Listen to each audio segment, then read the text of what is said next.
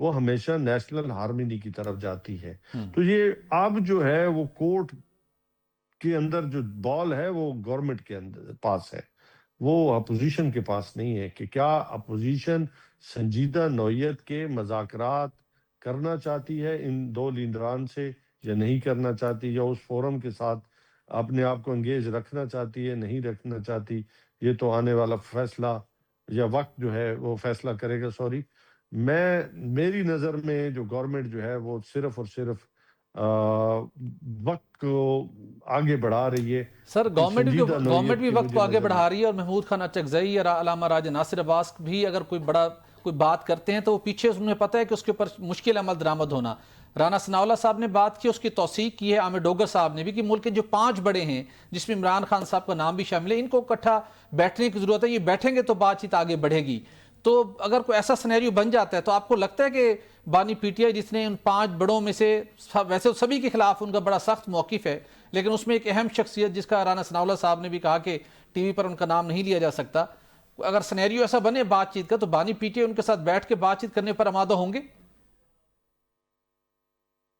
میرا جہاں تک خیال ہے، جہاں تک میرا ایک عرصہ دراز سے خان صاحب کے ساتھ تعلق ہے، رشتہ ہے، اور پھر میں ان کا پولیٹیکل کوارڈینیٹر بھی ہوں، ہمیشہ ویسے انہوں نے کبھی بھی مذاکرات کے دروازے بند نہیں کی.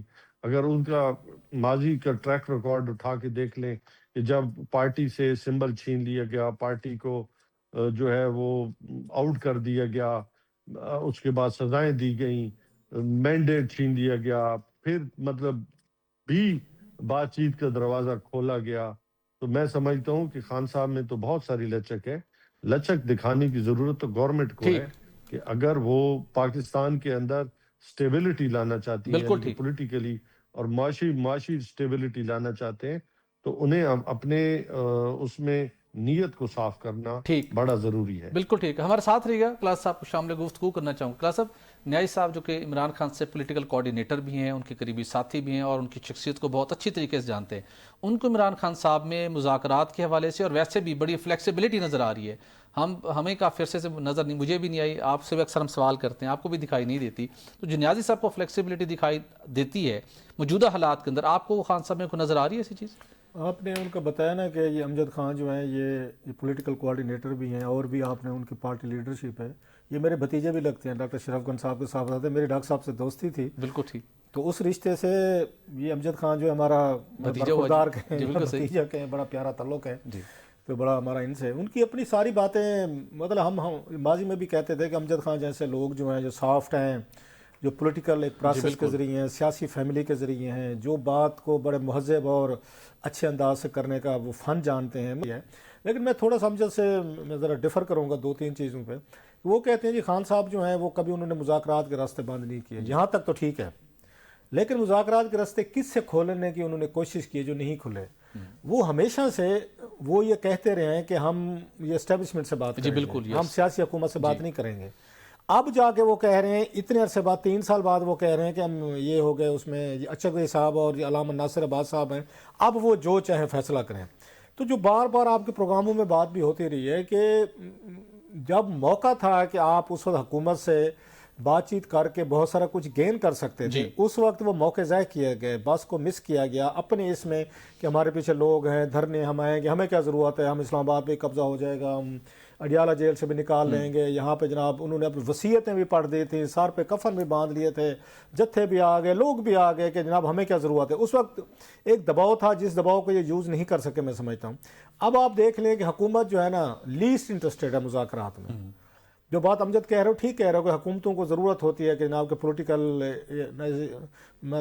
اس کو ٹمپریچر کو وہ لو رکھے، لیکن اتنا زیادہ ہیٹ میرا خیال پچھلے 2-1 سالوں میں حکومت نے حکومت بھی تھوڑی سی کیا کہتے ہیں ڈیٹ ہو گئی ہے. وہ ڈیٹ ایک لفظ جیسے ایک بار تھک سکن ہو گیا، حکومت بھی تھک، یا ٹھیک ہے یار کہ بس. لیکن طارق چودھری صاحب نے کہا اگر یہ سنجیدہ ہیں تو 12 جنوری کو آ جائیں، اسپیکر کے چیمبر میں بات چیت کا آغاز کرتے ہیں، اور ہم تو تیار ہیں. سر میرا اس پہ بڑا انتہائی کلیئر سٹینڈ ہے. جی، نہ طارق فضل چودھری صاحب اس میں سیریس ہیں، نہ یاد صادق صاحب سیریس ہیں، نہ وزیر اعظم پاکستان سیریس ہیں. اس پہ میں کوئی میرے ساتھ بحث کرنے کو تیار، میں اس میں ایفس اینڈ بٹس میں جا نہیں رہا. یہ سمپلی انگیج رکھیں گے، انگیج رکھو، دوڑائی رکھو، بھاگی رکھو، آج فلاں کرو، یہ بھی ان کی آپ کو جو آپ کو یاد ہے پچھلے سال جنوری میں مذاکرات کس بات پہ ناکام ہو گئے تھے؟ جو ان کے یہ 7-8 لوگ تھے پی ٹی آئی کے، انہوں نے کہا تھا میں خان صاحب سے ملاقات کروا دیں، تو وزیر اعظم پاکستان سپیکر صاحب بھی اس میں شامل تھے ان تمام چیزوں میں، اس میں ڈاکٹر فضل چودھری صاحب بھی تھے، تو ملاقات کروا دی تھی جو 31 سے پہلے ختم ہو گئے تھے۔ سو یہ پولیٹیکل لوگوں کو چسکا ہوتا ہے گوسپ کرنے کا، آئیں جی بیٹھتے ہیں جی، یہ بڑا انتہائی یہ پاپولر فرینڈشپ ہے، آئیں جی بیٹھتے ہیں جی، آئیں جی بات کرتے ہیں جی۔ بعد میں جب آپ ایک دوسرے کو اپنی شرائط بتاتے ہیں کہیں نہ کہیں پہ رک جاتے ہیں۔ وزیر اعظم پاکستان نے کہا تھا ان کو، سہیل افریدی صاحب نے کہا تھا میری ملاقات کروا دیں، 4 مہینے ہو گئے، 3 مہینے ہو گئے، تو ملاقات کروا دی انہوں نے جو وزیر اعظم پاکستان ملاقات نہیں کروا سکتا ایک وزیر اعلیٰ کی، وہ کہتے ہیں جی مذاکرات کر میں عمران خان رہا کروا دوں گا، آپ کو یہ ممکن ہے؟ انہوں نے بڑی خوبصورت بات کی تھی، وہ لائک اٹ اور ناٹ، علی امین گنڈا پور صاحب نے وزارت اعلیٰ جانے سے پہلے انہوں نے کہا تھا جناب بھائی صاحب، ہاتھ انہوں نے کھڑے کیے، وہ کہ بھائی صاحب یہ میرے تو یہ وڈی جنگ ہے، میں میں کچھ نہیں کر سکتا۔ He was very blunt and honest I must سے۔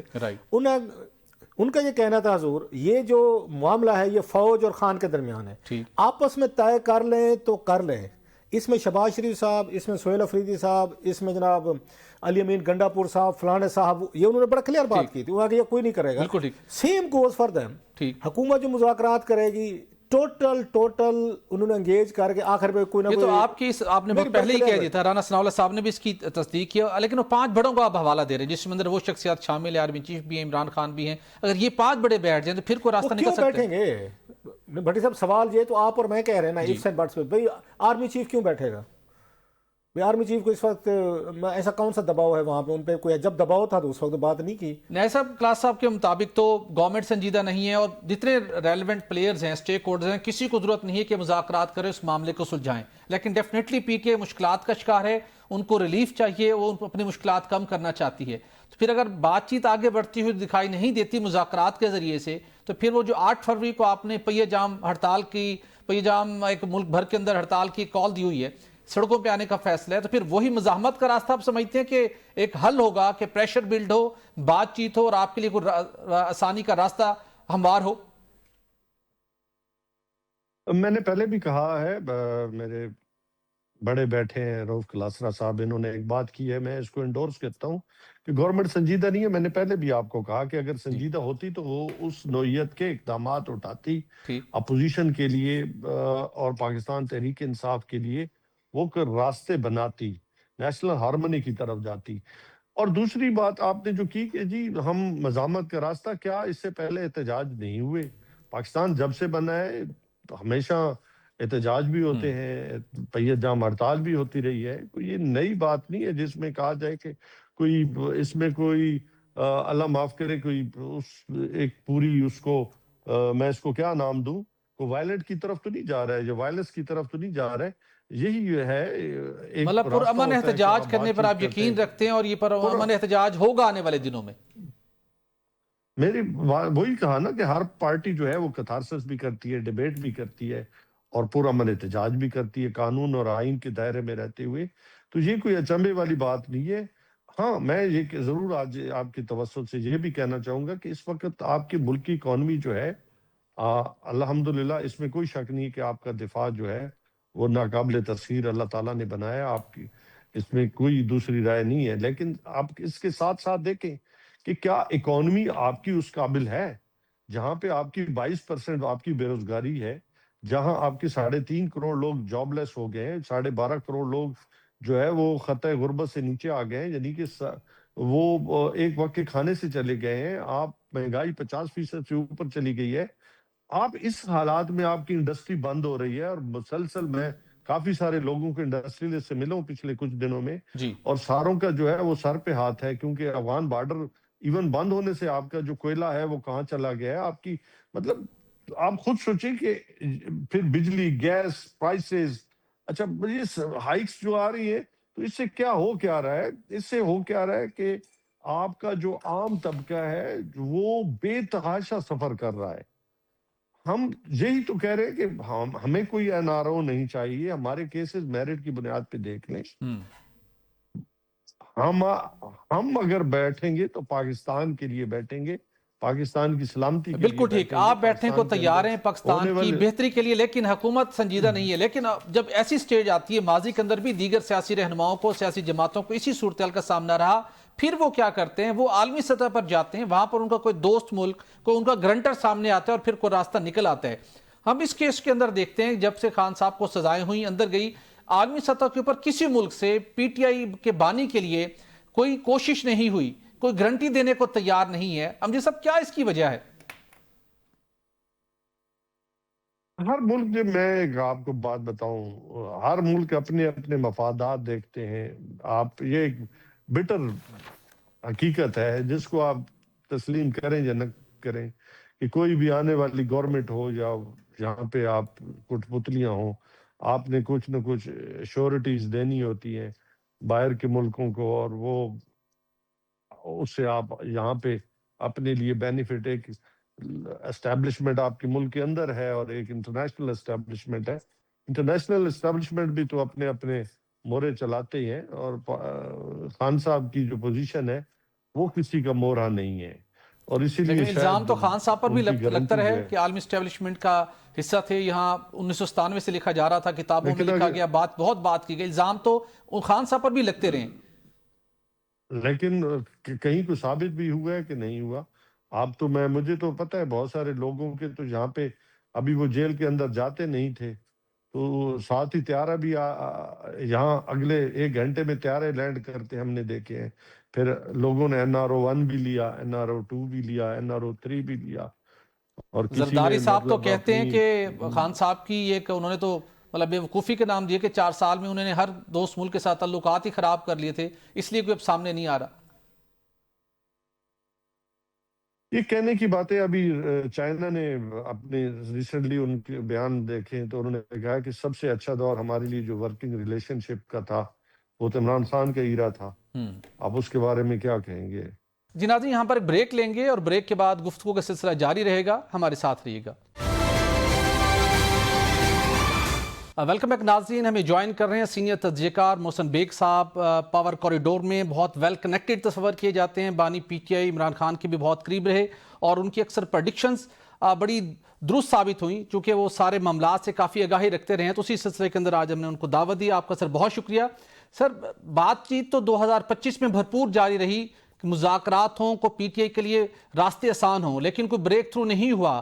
اگرچہ کہ ابھی 12 جنوری کو یا صادق صاحب کے آفس میں مدعو کیا گیا ہے تحریک تحفظ پاکستان اور پی ٹی آئی کے دوستوں کو کہ آئیں بیٹھتے ہیں, بات چیت کا آغاز کرتے ہیں, لیکن رانا ثناء اللہ صاحب کہتے ہیں کہ یہ ایسے بات چیت آگے نہیں بڑھنی, ایسے معاملات آگے نہیں چل سکتے. اگر بات چیت تو ہونی ہے, معاملات حل کرنے ہیں, تو پھر 5 بڑوں کو بیٹھنا پڑے گا جس کے اندر عمران خان بھی موجود ہیں. تو آپ کو لگتا ہے کہ 5 بڑے ان کی بیٹھنے کی کوئی پاسبلٹی ہے, اور عمران خان ان کے ساتھ, جس میں فیلڈ مارشل عاصم منیر بھی ان بڑوں میں شامل ہیں, خان صاحب ان کے ساتھ بیٹھیں گے, سیاسی لیڈر بھی ساتھ ہوں گے, اور پھر کوئی بات چیت کا راستہ آگے بڑھ سکتا ہے؟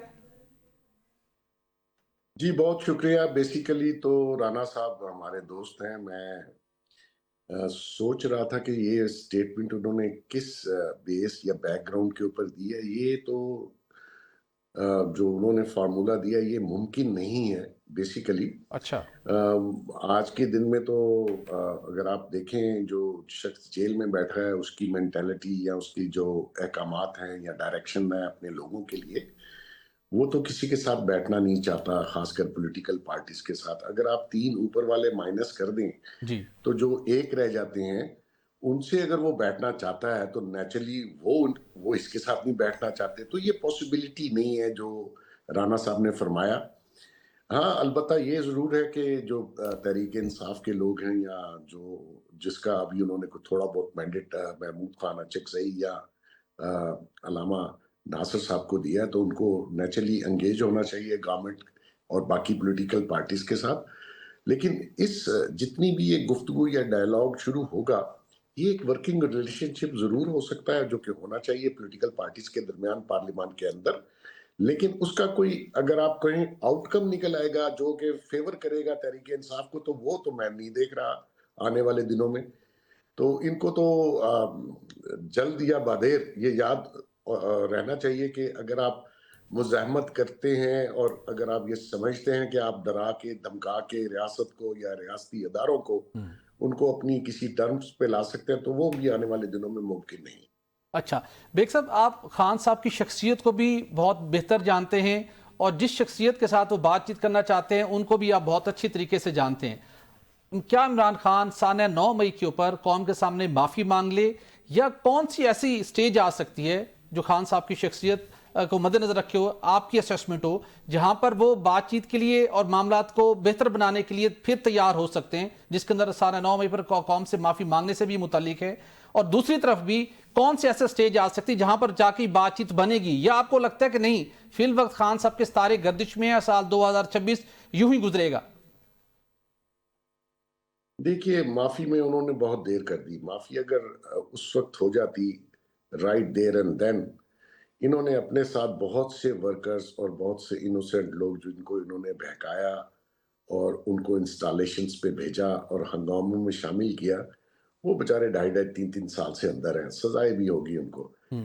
معافی میں دیر ہوگی, ابھی معافی کا کوئی فائدہ نہیں. ابھی جو ان کو سزائیں ہوئی ہیں, اگر ان کو کوئی ریلیف ملا, اگر یہ ڈسکشن, اگر رانا صاحب کی بات دیکھ لیں تو یہ جو 5 بڑے ہیں وہ ریلیف کیا دیں گے عمران خان کو؟ وہ تو چاہتا ہے میں جیل سے باہر آؤں, تو وہ ممکن نہیں ہے. وہ تو عدالتوں کے ذریعے, اپیلوں کے ذریعے, ہائی کورٹ, سپریم کورٹ میں جا کے کہیں اس کی سنوائی ہو سکتی ہے. تو جو مینٹلی وہ شخص فساد کی طرف جانا چاہتا ہے, وہ چاہتا نہیں کہ یہ ریاست سٹیبل ہو پولیٹیکلی اور فائنینشلی. ہر وہ کام انہوں نے پریویسلی کر کے دیکھ لیا جس سے ریاست پاکستان کو نقصان ہوا, نہ کہ کسی اور پولیٹیکل پارٹی کو یا ادارے کو. IMF کے پاس جانا, لیٹر لکھنا, یہ ساری چیزیں اس کی مینٹل صورتحال بیان کرتی ہیں کہ وہ سٹیبل مائنڈ نہیں ہے شخص. وہ ابھی بھی ریلائز نہیں کر رہا کہ جس پیتھ پہ آپ کی انسٹرکشنز پہ جو بیچارے معصوم لوگ جا رہے ہیں, وہ ڈائریکشن کہیں ان کو لے کے نہیں جائے گی, سوائے اس کے کہ ان کو جیلوں میں سزائیں ہوں اور وہ ان کی پوری فیملیز جو ہیں وہ اس سے بیچاری سفر کریں. تو میں یہ سمجھتا ہوں کہ جلد بادیر یہ جو ابھی بھی انہوں نے کوئی کال وال دینے کے پروگرام میں ہے نیکسٹ منتھ, جی بالکل, کچھ حاصل وصول نہیں ہونا. ٹھیک, تو آپ نے ڈائلاگ ضرور شروع کریں, ایک ورکنگ ریلیشن شپ ڈیولپ کر لیں, آگے جا کے کہیں ہو سکتا ہے کوئی بہتر راستہ نکل آئے. ٹھیک. فی الوقت معاملات ایسے ہی چلیں گے, لیکن ایک جانب پی ٹی آئی کا معاملہ تو بڑا گمبھیر ہے اور کوئی ان کے لیے راستہ ہمارا تو دکھائی نہیں دے رہا. دوسری طرف آج کل ایک گرینڈ پلان کی افواہوں کا بازار بھی گرم ہے, اور کہا جا رہا ہے کہ اس گرینڈ پلان میں ونڈر بوائے کو تلاش کرنے کا سلسلہ جاری ہے. آپ کے نالج میں بھی ہے کوئی ایسا گرینڈ پلان اور ونڈر بوائے کی تلاش کا معاملہ؟ بالکل نہیں ہے جی, یہ میرے خیال میں آئی ڈونٹ نو کہاں سے نکل آیا. ابھی جو نظام اس وقت چل رہا ہے, جس کو نظام حکومت آپ کہہ لیں یا ہائیبریڈ سسٹم کہہ لیں, یہ کنٹینیو کرے گا. اس وقت کوئی ایڈونچر کسی بھی اسٹیج پہ کسی بھی گورنمنٹ فیڈرل یا پروونس کی کچھ نہیں ہونا, اسی طرح چلے گا. ٹھیک سر, ہمارے ساتھ رہیے گا. کلاس صاحب, ڈسکشنز بہت زیادہ ہوئی ہیں گرینڈ پلان کی اور اس کے ساتھ ونڈر بوائے کی تلاش کی.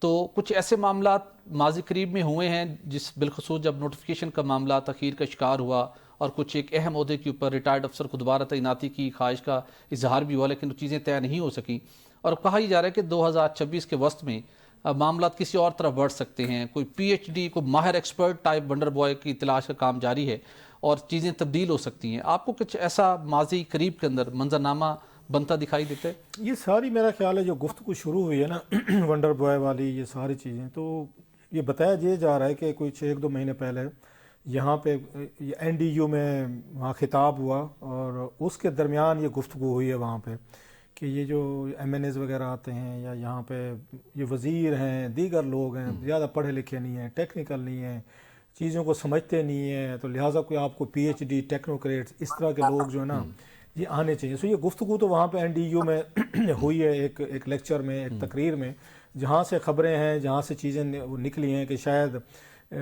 کہ اسٹیبلشمنٹ کے ذہن میں ہے کہ شہباز شریف صاحب ویسے تو ٹھیک ہے, سیم پیج چل رہا ہے, لیکن جتنی سپیڈ کی, جتنی آپ کو ضرورت ہے اس ملک کو آگے بڑھنے کی, یا فوج یہ سمجھتی ہے کہ ہم نے جو ہمارا کام تھا کہ اتنی بڑی جنگ تھی, انڈیا کو انہوں نے اس جنگ میں شکست دی, انٹرنیشنل لیول پہ آپ کا امیج بہتر ہوا ہے. پھر اسلحے کی بہت ساری ڈیلز ہیں جو سمجھتے ہیں 8-9 ارب ڈالر کی وہ ڈیلز کر کے آئے ہیں. تو فوج کو یہ سمجھتی ہے کہ جو ہمارے کام تھے, ہماری سائڈ تھی, وہ تو ہم نے بڑے اچھے طریقے سے کر لیا ہے. لیکن شاید پولیٹیکل سائڈ پہ کچھ وزیر ہیں, لوگ ہیں, شاید وہ پرفارمنس جو ہے نا وہ نہیں آ رہے. لہٰذا آپ کو کوئی ایسی کوئی لیڈرشپ, کوئی ایسے لوگ چاہیے جو آگے لے کر جائیں. اور اب بھی آپ نے ماضی میں بھی دیکھا ہوگا محسن بیگ صاحب ان چیزوں کو بہتر سمجھتے ہیں. یہ مطلب ہے جہاں تک مجھے یاد پڑتا ہے 2000 آن ورلڈ انہوں نے پاکستانی پالیٹکس بیوروکریسی کو بڑا قریب سے دیکھا بھی ہے, بہت سارا جانتے بھی ہیں چیزوں کو.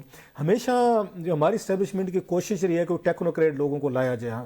ہمیشہ یہ ٹیکنوکریٹس لوگوں پہ انہوں نے نام بھی بہت سارے دیے. ابھی بھی آپ کی حکومت میں 2-4 ایسے لوگ ہیں. محمد علی صاحب جی بالکل, یہ سب سے کلاسک ایگزامپل ہے. محمد علی صاحب وزیر خزانہ جن کو لایا گیا, وزیر خزانہ کو لایا گیا. محسن بیگ صاحب نے ساری یہ ہو گئے, محسن نقوی صاحب ہو گئے. اس طرح کے لوگ جو ہیں وہ کوئی شہباز شریف صاحب کے, نواز لیگ کے لوگ نہیں ہیں. پر پاکستان میں وہی والی بات ہے کہ وہ کہتے ہیں نا کہ رائی ہوتی ہے تو پہاڑ بنتا ہے. رائی ایسے ہی بنتی ہے, دھواں شواں اٹھتا ہے تو کوئی نہ کوئی سم تھنگ از کوکنگ اپ. باقی بیگ صاحب تھوڑا سا ان کے لنکس ہیں.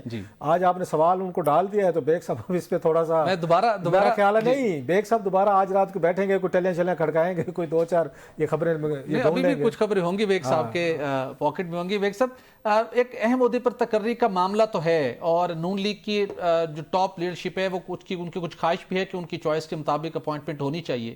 آپ کے مطابق نون لیگ کی چوائس کو کنسیڈر کیا جائے گا یا وہی ہوگا, وہی اپوائنٹ ہوگا جو ادارہ چاہے گا؟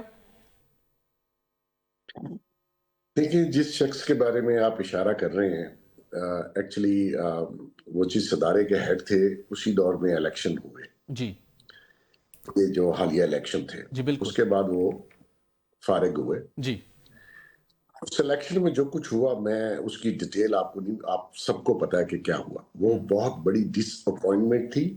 اس میں اس ادارے کو بدنامی ملی اور اوور آل اسٹیبلشمنٹ کو ایک بدنامی ملی. ایسی صورت میں اس کو کوئی بھی جاب دینا, اس کے سفارشی نون لیگ والے ہیں, اس کی ریزن بھی آپ کو بہت جلد پتہ چل جائے گی کہ وہ اس کے سفارشی کیوں ہیں. تو ایسی صورت میں نہیں سمجھتا اس کو کوئی عہدہ ملے گا. وہ پہلے ایک بڑے عہدے کے لیے تھے, وہاں سے وہ آہستہ آہستہ نیچے آئے ہیں. ابھی ایک ادارے کے سربراہ نے شاید 2-3 مہینے بعد ریٹائر ہونا ہے, تو وہ اس ادارے پہ نظر جمائے بیٹھے ہیں. میرے خیال میں ان کو وہ عہدہ نہیں ملے گا. جی ناظرین, یہاں پر ایک بریک لیں گے اور بریک کے بعد گفتگو کا سلسلہ جاری رہے گا. ہمارے ساتھ رہیے گا.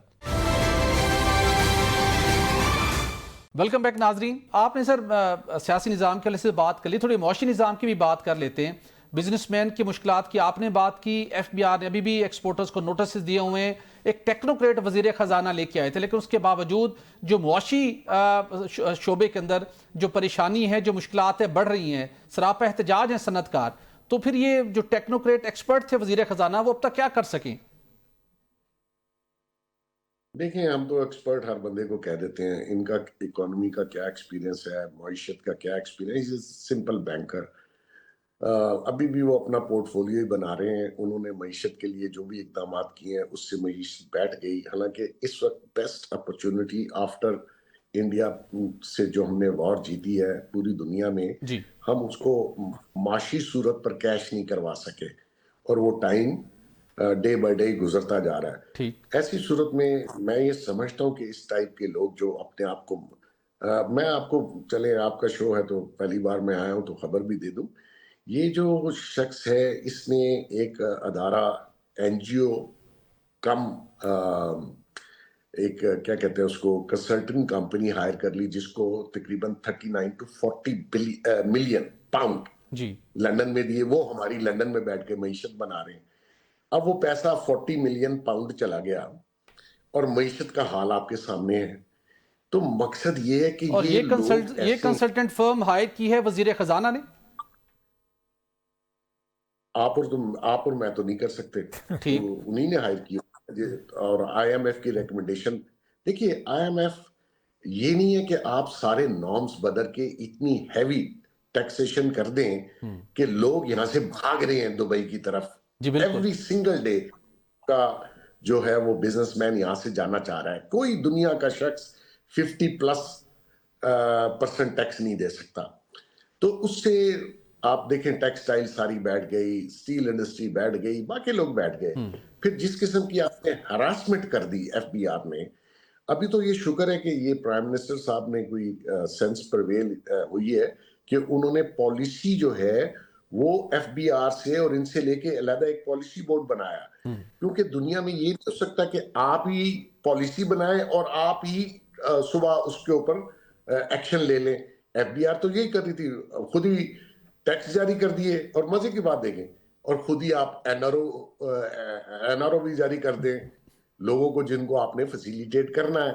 تو یہ جو سارا مکس اپ ہے اکانومی کا, یہ اتنا میس اپ ہے کہ اس کو تو اب آپ پھر کہیں گے کہ میں دیکھیں 25-26 کروڑ لوگ ہیں جی, ایک ہمارے پاس اکانومسٹ نہیں ہے ایک, اور ایسے لوگ یہ جو وزیر خزانہ ٹائپ لوگ ہیں, میں تو بہت خفا ہوں ان سے, میں تو ان کو جانتا نہیں ہوں, لیکن جو ہمارے ملک کی معیشت کا جو حال ہے اس وقت, اس پہ تو ماتم ہی کیا جا سکتا ہے, اور کیا کیا جا سکتا ہے. اور پھر جی اس کے اوپر آپ رسپانسبلٹی نہ لیں, وہ اس سے بھی بڑا ظلم ہے. بالکل, اس سے بھی بڑا ظلم ہے. اور اگر اور کچھ نہیں کر سکتے تو ٹیکس بڑھانا ہی تھا, تو اس کے لیے یہیں پاکستان سے کسی سے وزیر خزانہ اورنگزیب سے مشورہ کر لیتے. 39 ملین پاؤنڈ ضائع کرنے کی کیا ضرورت تھی؟ سر لاسٹ کویسچن آپ سے جاننا چاہوں گا, 2026 کو آپ سیاسی, معاشی اور سفارتی لحاظ سے کس طرح دیکھ رہے ہیں؟